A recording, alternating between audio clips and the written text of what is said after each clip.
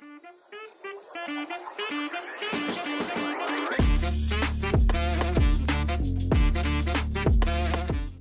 Two final episode of filmmakers round table discussion. এই এপিসোডে আমরা স্ক্রিন প্লে রাইটিং নিয়ে ফিল্মমেকারদের সাথে ডিটেল ডিসকাস করব। সো আমার কাছে আরেকটা জিনিস মনে হচ্ছিল, আপনাদের ছয়জনকে দেখে আপনারা ছয়জনই বোধহয় নিজেদের গল্প যেটা বানান সেটা স্ক্রিন প্লে বা স্ক্রিপ্ট আপনারা নিজেরাই লেখেন। সো এটা কেন? আপনারা অন্য কারো স্ক্রিপ্টের কাজ করেন? ভরসা করা যাচ্ছে না।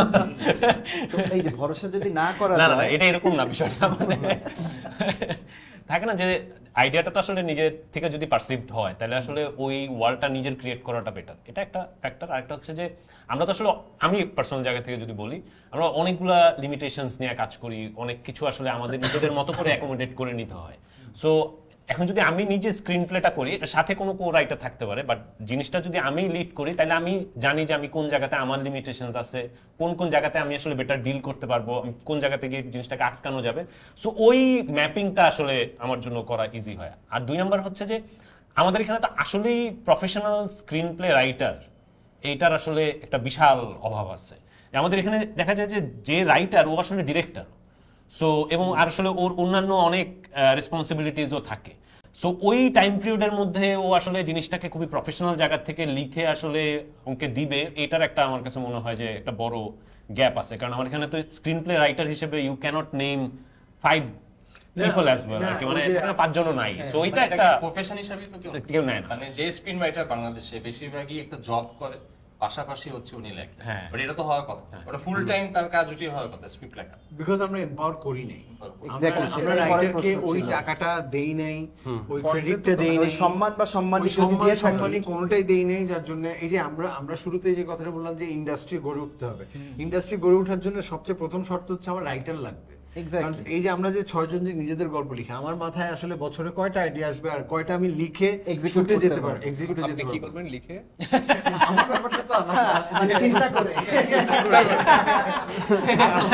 আমি তো লেখালেখি, আমরা 5 জন লিখে শুট করি, উনি চিন্তা করে শুট করে, জেনারেট করে তারপরে আইডিয়া জেনারেট করে যে শুটে যাব। না স্ক্রিপ্ট থাকে, স্ক্রিপ্ট লুক না মাথায় না আমি 100% স্ক্রিপ্ট থাকে একটা স্ক্রিপ্ট লাগে। এটা আজকে অ্যাডমিট করেন, আমার কোনো কিছু লেখা ক্লোজ সোর্স থেকে শুনছি, ওটা আপনি খালি পড়েন, আর কেউ পড়তে উনি আর্টিস্টের সাইডে নিয়ে যে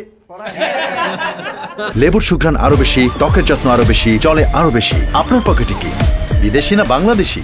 না আমার স্ক্রিপ্ট না, কিন্তু আমার তো স্ক্রিপ্ট থাকে না, কিন্তু এটা একটা বিশাল প্রেসার।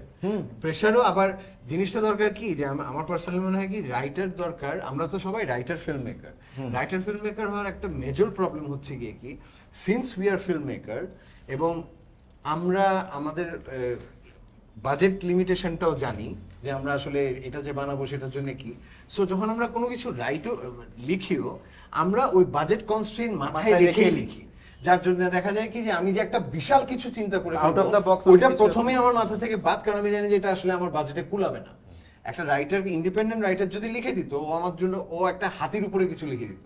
এখন ও তো লিখবে ওর মতো করে হাতির উপরে, পরে ওটাকে আমি কিভাবে এক্সিকিউট করবো সেটা আমি দেখবো। কিন্তু আমি যখন লিখি তখন আমি হাতিটা প্রথমেই বাদ দিই, কারণ আমার আসলে হাতিতে যাওয়াই পসিবল না। সো এই যে রাইটার ডিরেক্টর হওয়া কিন্তু এক ধরনের চাপ, আমরা না পারতে হয়তো হচ্ছি। আপনি একটু বক্স হচ্ছে নাকি? আমরা ডেফিনেটলি আমরা একটু বক্সড হচ্ছি, কারণ রাইটার একটা ডিফারেন্ট সেন্সিবিলিটি নিয়ে আসে।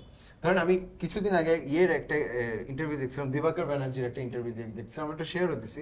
দিবাকর ব্যানার্জি এই সেম কথাটাই বলছে যে যখন কোনো রাইটার ডিরেক্টর মানে পেট্রিয়াকি নিয়ে ফিল্ম বানাবে, তখন ওর মাথার মধ্যে প্রত্যেকটা সিনে পেট্রিয়াকি থাকে, মানে এই সিনও পেট্রিয়াকি, এটাতেও পেট্রিয়াকি, এটাতেও পেট্রিয়াকি, এটাতেও পেট্রিয়াকি। কিন্তু যখন একটা ইন্ডিভিজুয়াল রাইটার জিনিসটা লিখে, ও করে কি ওই রিদমটা ক্রিয়েট করে দেয়, ওর প্রত্যেকটা সিনের মধ্যে পেট্রিয়াকি থাকে না। যার ফলে হয় কি যে রাইটার ডিরেক্টর, মানে দিবাকর ইন্টারভিউতে যেটা বলছে, রাইটার ডিরেক্টর যখন কিছু লিখে 10-12টা সিন খুব ইম্পর্টেন্ট হয়, যেখানে আসলে ওর মেসেজিং গুলো থাকে বা এটা থাকে, বাকিগুলো আছে। কিন্তু যখন একটা ইন্ডিভিজুয়াল রাইটার আসে, ও করে কি ওই ব্যালেন্সটা সুন্দর করে ক্রিয়েট করে ডিস্ট্রিবিউট করে দেয়, বিকজ ওটা ওর রাইটিং স্কিল। সো আমাদেরকে না রাইটারদেরকে এম্পাওয়ার করতে হবে আরো বেশি। আমরা অনেক কিছু বলি, আমরা হয়তো মুখে বলবো যে হ্যাঁ লেখক খুব ভালো, এরকম পয়সা দেওয়ার সময় আমরা রাইটারদেরকে পয়সাটা দিই না। সো ওকে ওই পয়সাটা দিতে হবে, ওকে ওই সময়টাও দিতে হবে।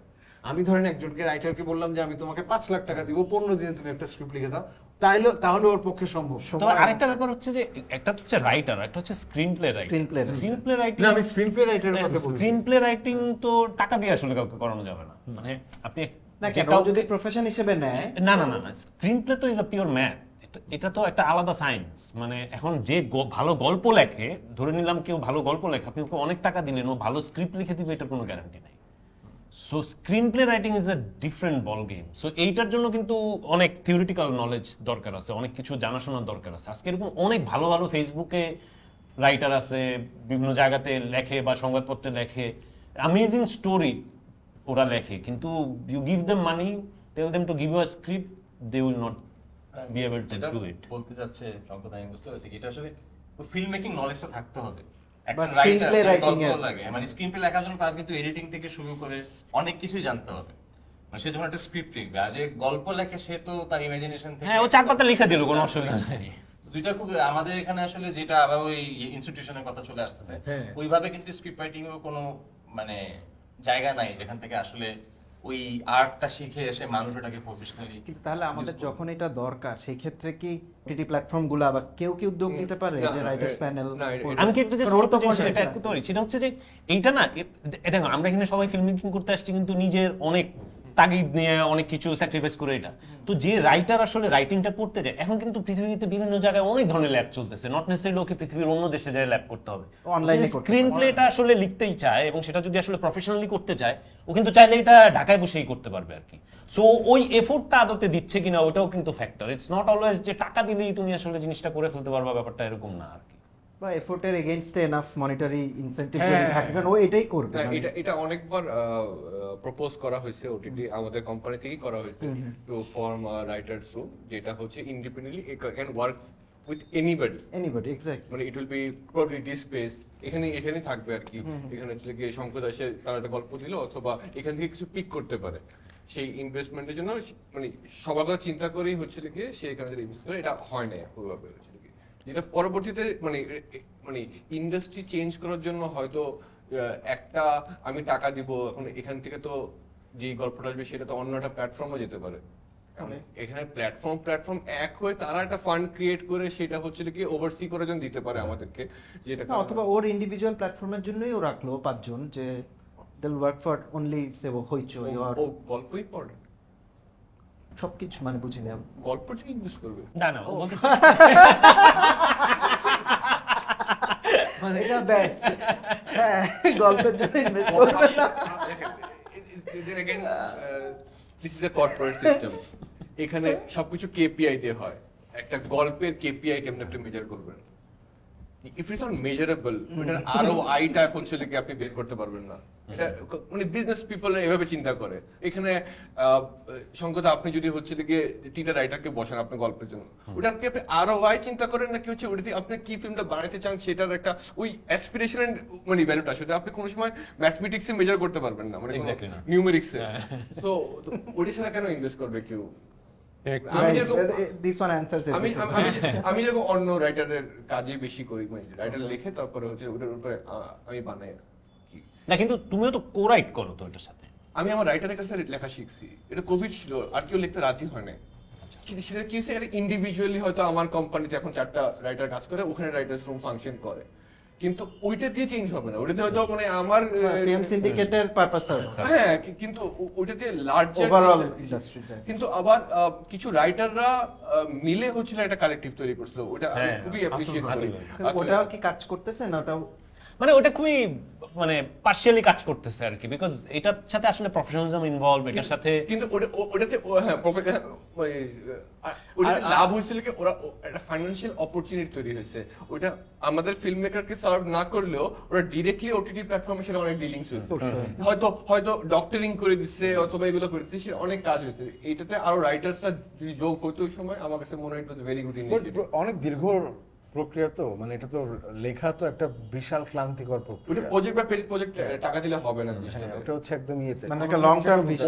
ওর প্রথমে বেসিক ফান্ডামেন্টাল সার্ভাইভালটা এনশিওর করতে হবে, সেটা নেক্সট 1 বছর বা 2 বছর রেন্ট এনশিওর করতে হবে।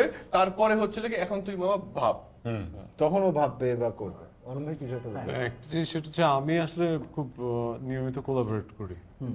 আমার কাছে মনে হয় যে সেটা হচ্ছে যে দুইটা জিনিস, এক হচ্ছে যে ওই আমাদের ইন্ডাস্ট্রি যে কেন ওই যে মালায়ালাম ইন্ডাস্ট্রির মতন আমরা কেন না, এটা যদি নেগেটিভলি যদি বলতে হয় তাহলে আসলে আমাদের রাইটাররা মালায়ালাম ইন্ডাস্ট্রির রাইটারদের মতো না।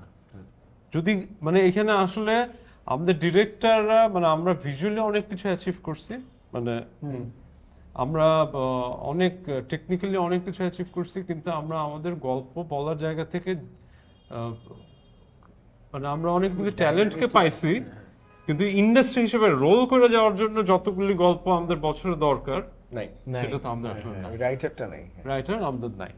সো এবং রাইটার নাই সেটা বুঝি যে সেটা তো কথাই হচ্ছিল যে আসলে ওদেরকে কখনো ফিনান্সিয়ালি কখনো জিনিসটাকে বা ইভেন রাইটাররা কিন্তু একটু একদিক থেকে খুবই ইগোইস্টিক, খুবই আবার একটু রোমান্টিক, মানে ওদেরকে একটু ওকে কিন্তু খুব দারুণ হয়েছে এটা বইলেই কিন্তু ওরা 3 মাস ও না খেয়ে থাকতে রাজি আছে কিন্তু। হ্যাঁ, মানে আমরা ফিল্ম মেকারে যেরকম একটু মানে 3 মাস না খেয়ে থাকতে রাজি না কেউ, রাইটাররা কিন্তু রাজি আছে, কিন্তু তার মানে ও ওইটাও পাইতেছে না। একটু প্যাম্পার করতে হবে, মানে একটু প্যাম্পার, মানে একটু হ্যাঁ ওই প্যাম্পারও করতেছে না, টাকা তো দিচ্ছেই না। হ্যাঁ তো হ্যাঁ প্যাম্পার করতেছে। সো আমার কাছে মনে হয় যে ওইটার জন্য আমাদের একটা কালচারাল আমাদের এনভায়রনমেন্ট ক্রিয়েট করতে হবে। আমাদেরকে এটা বিলিভ করতে পারতে হবে যে সেটা হইতেছে যে ওকে ওর রাইটিংটা ওর লেখাটা আমরা শুট করি কোনোদিন আর না করি, ও একটা টাকাটা আমরা দিব, এবং সেইটা আসলে আমাদের প্ল্যাটফর্মগুলিকেও বুঝতে পারতে হবে যে এই যে আমি 3টা গল্প আনা নেয়া করতেছি, এটা ভালো লাগতেছে না, ওটা ভালো লাগতেছে না, তাহলে এটা ইটস নট ফ্রি। এখন তো ফ্রি আছে টিল এখন পর্যন্ত এটা তো হ্যাঁ মানে কমিশনের আগ পর্যন্ত, মানে সেটা আসলে আদৌ কিভাবে হবে এটা আমি জানি না। এটা আমার কাছে মনে হয় একটা কালেকটিভলি আমরা সবাই ভাববো, তাইলে মানে আমরা যদি সবাই এগ্রি করি তখন আস্তে আস্তে হবে, আর আমরা যদি এগ্রি না করি তখন এটা হবে না আর কি। আমার আর কারো লেখা ভালো লাগে না।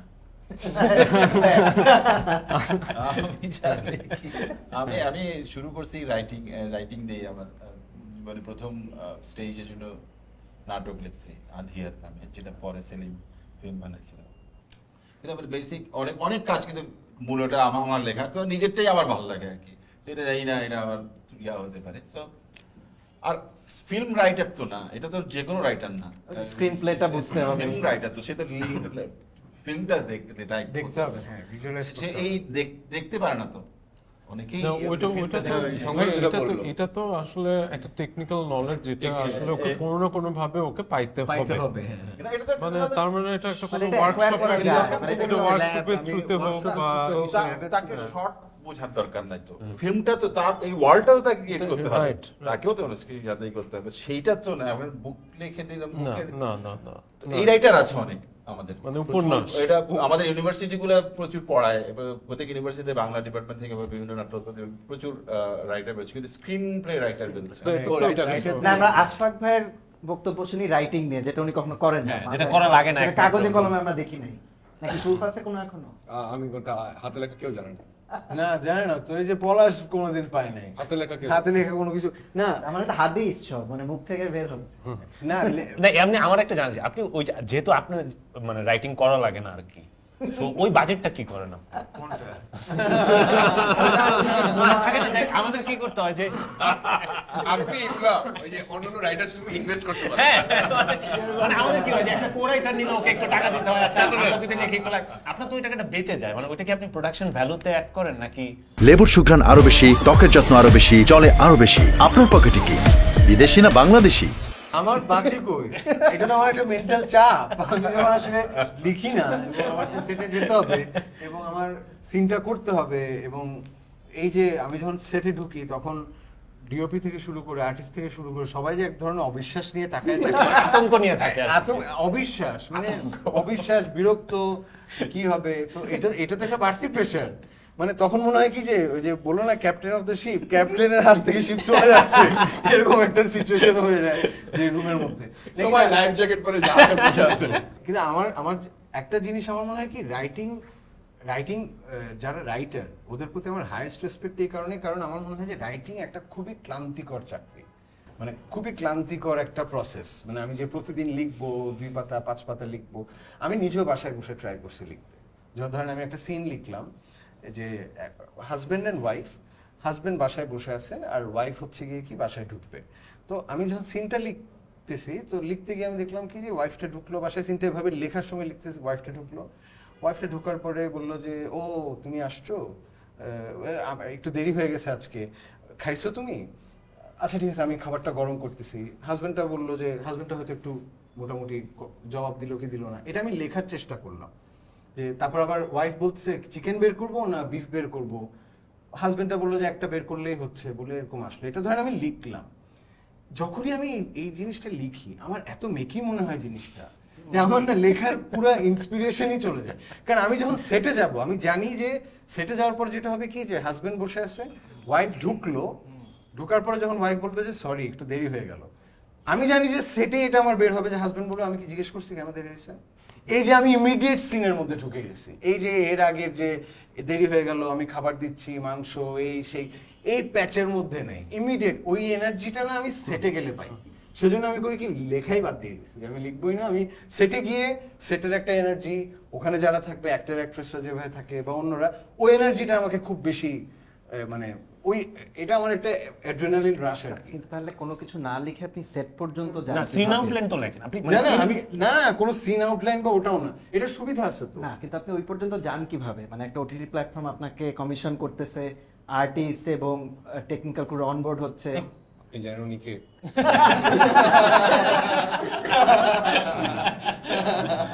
না জাতির বিবেক। আমি এই জন্য আমি সবসময় আমার অ্যাক্টরদেরকে এবং আমার যারা টেকনিক্যাল ক্রু ওদেরকে আমি সবসময় থ্যাঙ্কস দিই। অ্যাক্টরদেরকে দিই, যারা স্টার কাস্ট ওদেরকে দিই, যে ওনারা এই প্রসেস দিয়ে যেতে হলে আপনার আনকন্ডিশনাল বিলিফ লাগবে ওই ডিরেক্টরের উপরে, যেটা এরা সবাই করে একদম। কারণ আমি কিন্তু বলিনি অ্যাক্টরদেরকে যে আমি একটা খুব ডিফিকাল্ট প্রসেস দিয়ে যাচ্ছি, যে আমি লেবার পেইন নিয়ে আসছি এবং কোনো যন্ত্রপাতি নেই, আমার বাচ্চাটা বের হবে এখন।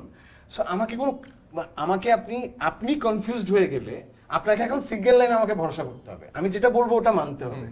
এখন যদি আপনি নিজে কোনো কনফিউশনে পড়ে যান তাহলে কিন্তু পুরো প্রসেসটাই শেষ। আর আরেকটা হচ্ছে কি যে যেটা আমি বললাম যে সবাই খুব অবিশ্বাসের দৃষ্টিতে তাকায়, ওইটা আমাকে একটা কিক দেয়, যে এই যে সবাই একটা অবিশ্বাসের দিকে তাকায় আছে, আই উইল প্রুভ দেম রং, ওইটা একটা না একটা কিক। সো ওই কারণে হয়তো আমি লিখি না বা ওই সরোয়ারও তো এভাবেই কাজ করে। না সৌরভ ভাই আনিসুল হকের একটা ফ্রেমওয়ার্ক থাকতো, আনিসুল হক যখন লিখে দিতেন তখন একটা, আমার স্কুলিং তো ওখান থেকে আসছে, কিন্তু ওটা উনি ফেলে দিত।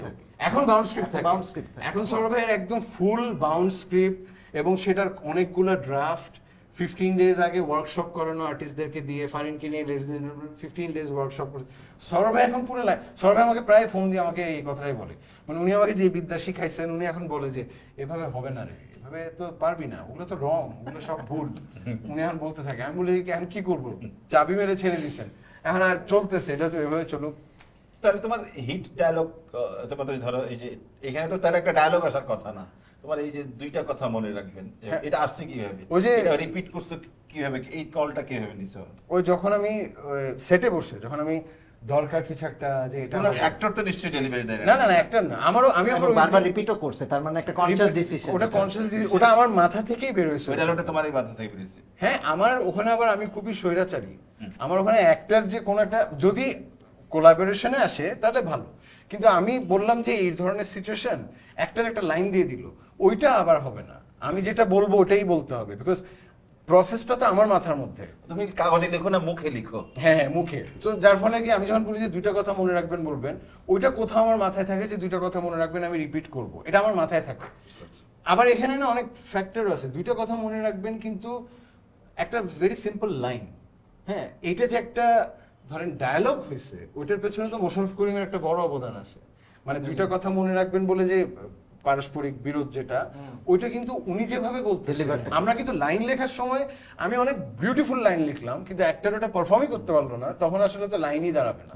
তো এখানেও একটা ফ্যাক্টর থাকে যে কোনটা ওয়ার্ক করবে না, মেইন উদ্দেশ্য থাকে ওই দিন শুটিংটা শেষ করা। এটা আসলে কমফর্ট, যে প্রসেসে কাজ করে কমফোর্টেবল সে আসলে সেভাবে করে।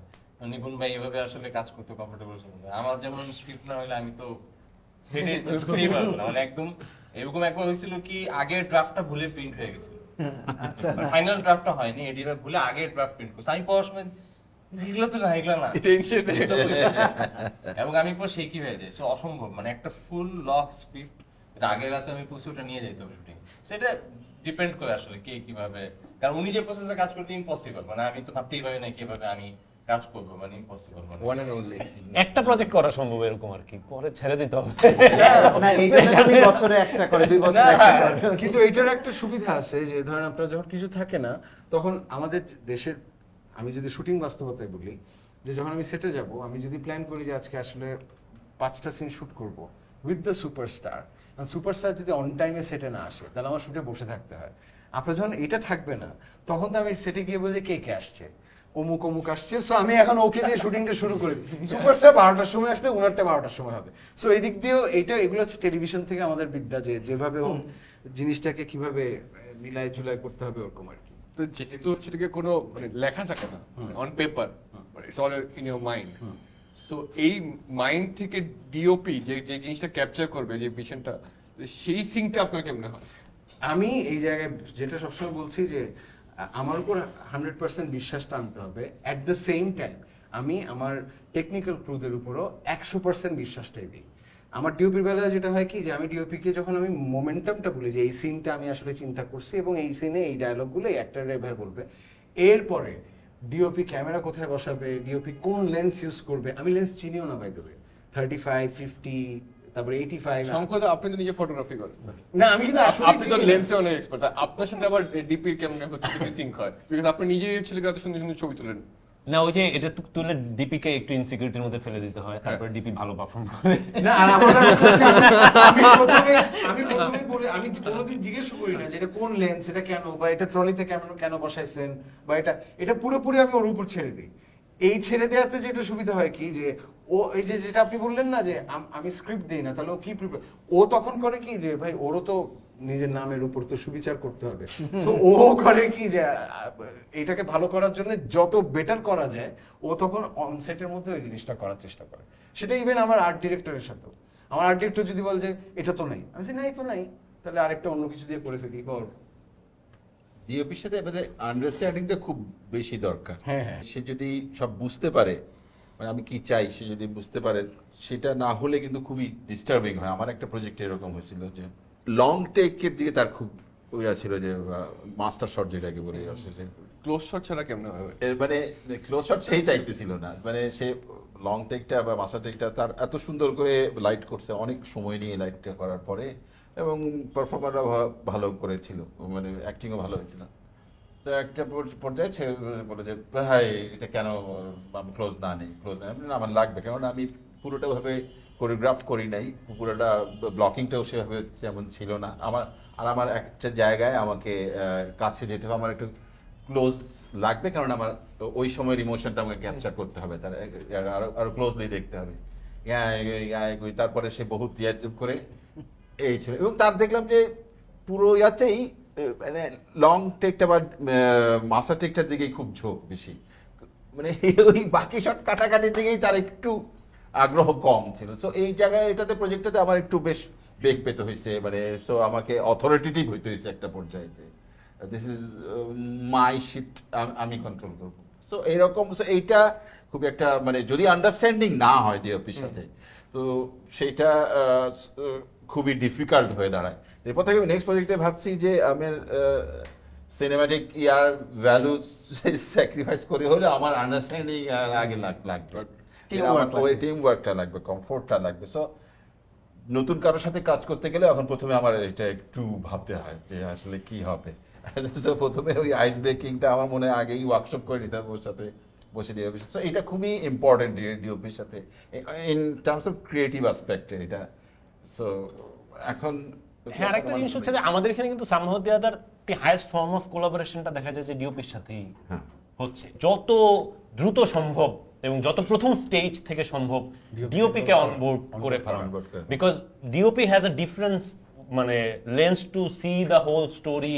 এই কারণে আমার ক্ষেত্রে আমার ক্ষেত্রে আমি যেটা সবসময় এনশিওর করি যে সেটা হচ্ছে যে মোমেন্টটাতে প্রজেক্টটা আসলে হচ্ছে এরকম একটা জায়গাতে থাকে, সেটা স্ক্রিপ্টের ফার্স্ট ড্রাফট হোক আর যে ড্রাফটে হোক, যত দ্রুত সম্ভব এইচওডিস লক করো এবং তাদেরকে ট্রান্সমিট করে দাও আর কি। বিকজ যত দ্রুত তুমি আসলে তাদের কাছ থেকে তাদের চিন্তাটা পেতে পারবা, তত আসলে আমার কাছে মনে হয় যে প্রজেক্টের জন্য এটা ভালো, at least from the DOP and the designer.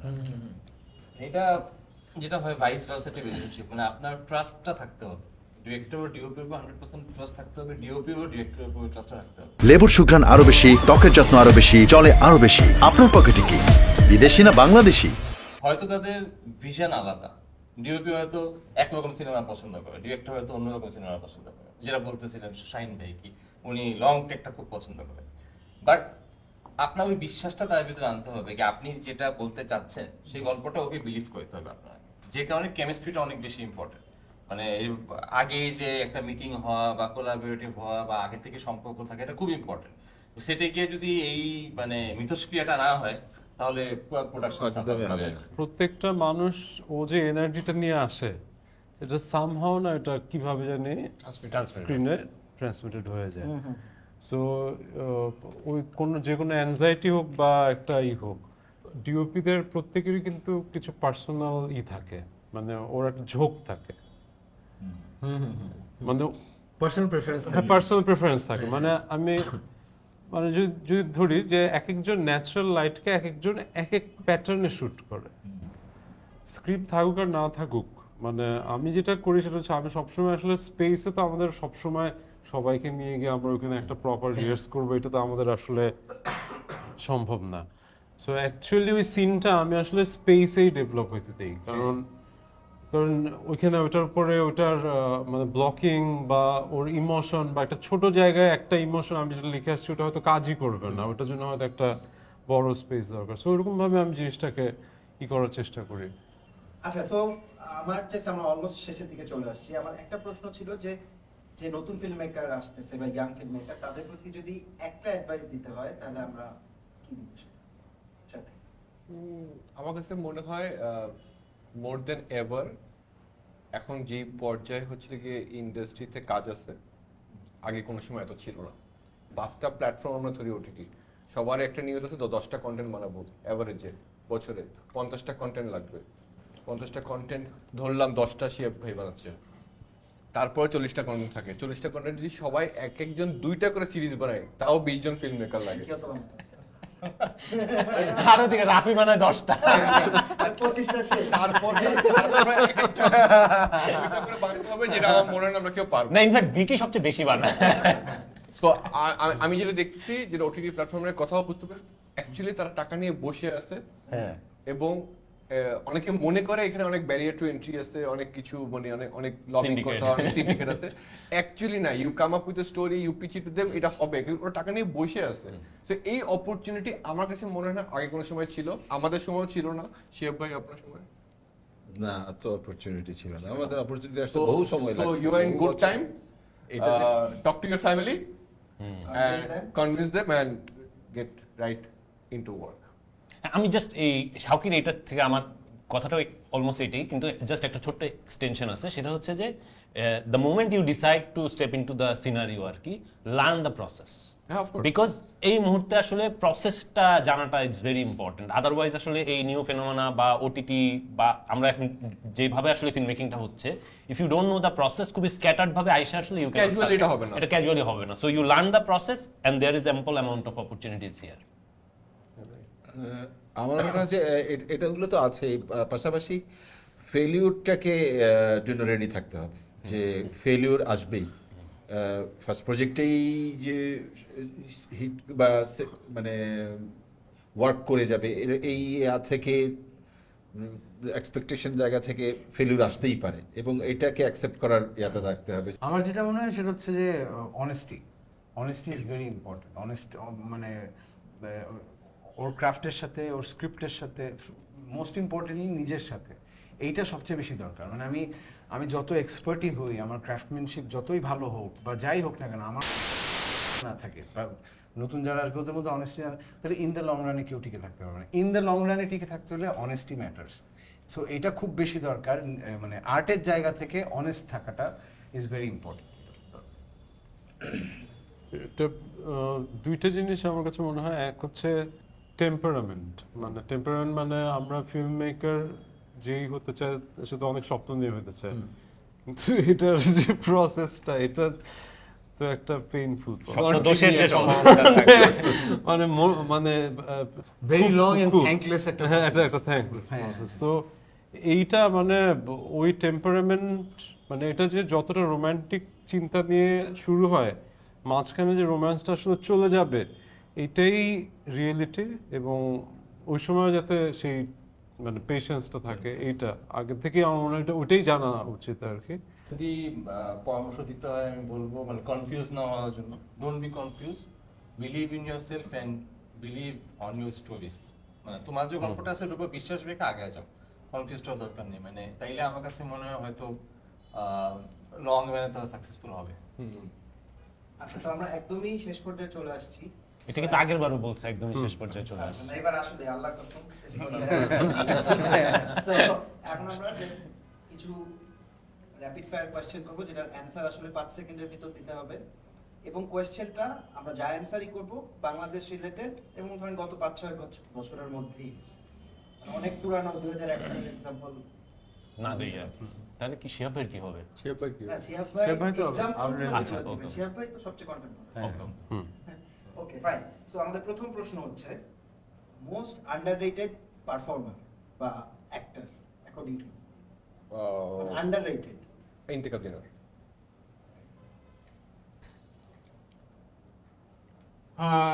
Underrated মাথা আসছে না এখন ভেবে আন্ডাররেটেড। চিন্তা করেন। আচ্ছা, এত ওভাররেটেড মানুষের কাজ করেন না। হ্যাঁ, সালাউদ্দিন লাবলুর কথা হঠাৎ করে আমার মাথায় আসলো আর কি। কমপ্লেক্স প্রশ্ন, মনে আসতেছে না ঠিক মতো। আচ্ছা নিকি, রুবেল ভাই, আহমেদ রুবেল ভাই। ও হ্যাঁ। আমার মনে হয় এখনকার জেনারেশন আন্ডাররেটেড বলে মুস্তাফিজুর নূর ইমরান। ওকে আমার মনে হয় যে very underrated. He is very powerful, কিন্তু এখনো স্টিল আন্ডাররেটেড আমার মনে হয়। শিহাব ভাই এবার। আমি তো ভাবিই নেই। আমি তো ছেড়ে দিছি। শিহাব শাহিন আন্ডাররেটেড, কাউকে নিয়ে কাজ করে না। সব ওভাররেটেড। নেক্সট কোয়েশ্চেন হচ্ছে most promising young filmmaker. Shihab Shahin. Nice. আমার অনিমের এটা ভালো লাগছে, like year action like Anim service বানানো। নুহাস হুমায়ুন। আমি প্রমিসিং বলা ঠিক হবে কিনা জানি না, বাট Already- হ্যাঁ রবি। আচ্ছা হ্যাঁ, ইয়াং promising, বলছি। রবি, হ্যাঁ। এক্স্যাক্টলি কেউ নতুন মানে নাকি নতুন তো না। মানে হয়তো ওইভাবে এখনো হাইলাইটেড হয় নাই। মানে আমার অ্যান্সার মানে হচ্ছে ইয়াং সার্কাজম ছিল আসলে। Young. সাহেব, কাউকি সাহেব। কাউকি সাহেব। কাউকে সাহেব। ভালো কাজ করতেছে, যাই তো। যাই করি। ঠিক আছে। So next question, best screen play writer বাংলাদেশের ভিতর, যার স্ক্রিন প্লে মনে হয়েছে যে ভালো। আতিক ভাই। আপনি কাইজারের স্বাধীন। বেস্ট স্ক্রিন প্লে ফারুকি ভাই আমার কাছে মনে হয়েছে। তাওকির কেমন হয়েছে? শাওন আমার সাথে কাজ করে, ওর শাওন, আশরাফুল আলম হ্যাঁ, শাওন। হ্যাঁ। একটা মানে কপি রিপিট করে হ্যাঁ, ফারুকি ফারুকি ভাই, ফারুকি ভাই। ওকে। সো একটা বাংলা গান যেটা আপনার মাথায় আছে। এই মুহূর্তে বলবো দুষ্টু কোকির মাথায় আসলো। এটাই রিয়ালিটি। দুষ্টু কোকি। ভেরি ক্যাচি। তুফানের গান আমার ভালো লাগে। ওরে নীল দরিয়া আমাদের এদের ছাড়িয়া। বস এই টাইমে থাকে। এই টাইমে। ওই টাইমে গত 5-7 বছর মানে আমার হচ্ছে আমি একটু আগে আস্তে আস্তে সোনু মহাজন অনেকটা আগে শুনছি। একটু আগে শুনছেন, পুরো জুলাই অগস্ট এটাই শুনছেন আপনি। হ্যাঁ, আমি আসার সময় একটু আগে শুনছিলাম। আমরা এটাই শুনছি আপনার স্টোরিতে। সোনু মহাজন। অনম ভাইকে দেখে আমার টেকা পাখির কথা মনে আসছে। হ্যাঁ, এত সুন্দর গানটা। আমার ওরকম কি জানি জাস্ট বলার সাথে সাথে কি মারুচিকা মারুরে কি এরকম একটা মারুচিকা মারুরে, এই ধরনের একটা কি একটা গান আছে, ইত্যাদিতে ছিল। ইত্যাদিতে ছিল, তাই না? তেমন কিছুই মাথায় আসছে না। কফি হাউসে শেয়ারটা হইতে পারে। নাই। তাহলে এবার আমরা আসতেছি আমাদের লাস্ট কোয়েশ্চেনে। লাস্ট কোয়েশ্চেন হচ্ছে বেস্ট বাংলাদেশি কন্টেন্ট অথবা সিরিজ অথবা cinema in the last 5 years. Last 5 years মহানগর। তাকদীর। কারাগার। শাটিকা। পেট কাটা সব। হুম। অনব। মহানগরের তুলনা হয় না ভাই। আজকের ভিডিওটা এবং সামনে আরো অনেক অনেক ইন্টারেস্টিং কনভারসেশন আড্ডার ভিডিও দেখতে আপনারা প্লিজ সাবস্ক্রাইব করবেন গ্রাউন্ড জিরো ডিসকাশনের ইউটিউব, ফেসবুক এবং ইনস্টাগ্রাম চ্যানেলে। Thank you so much.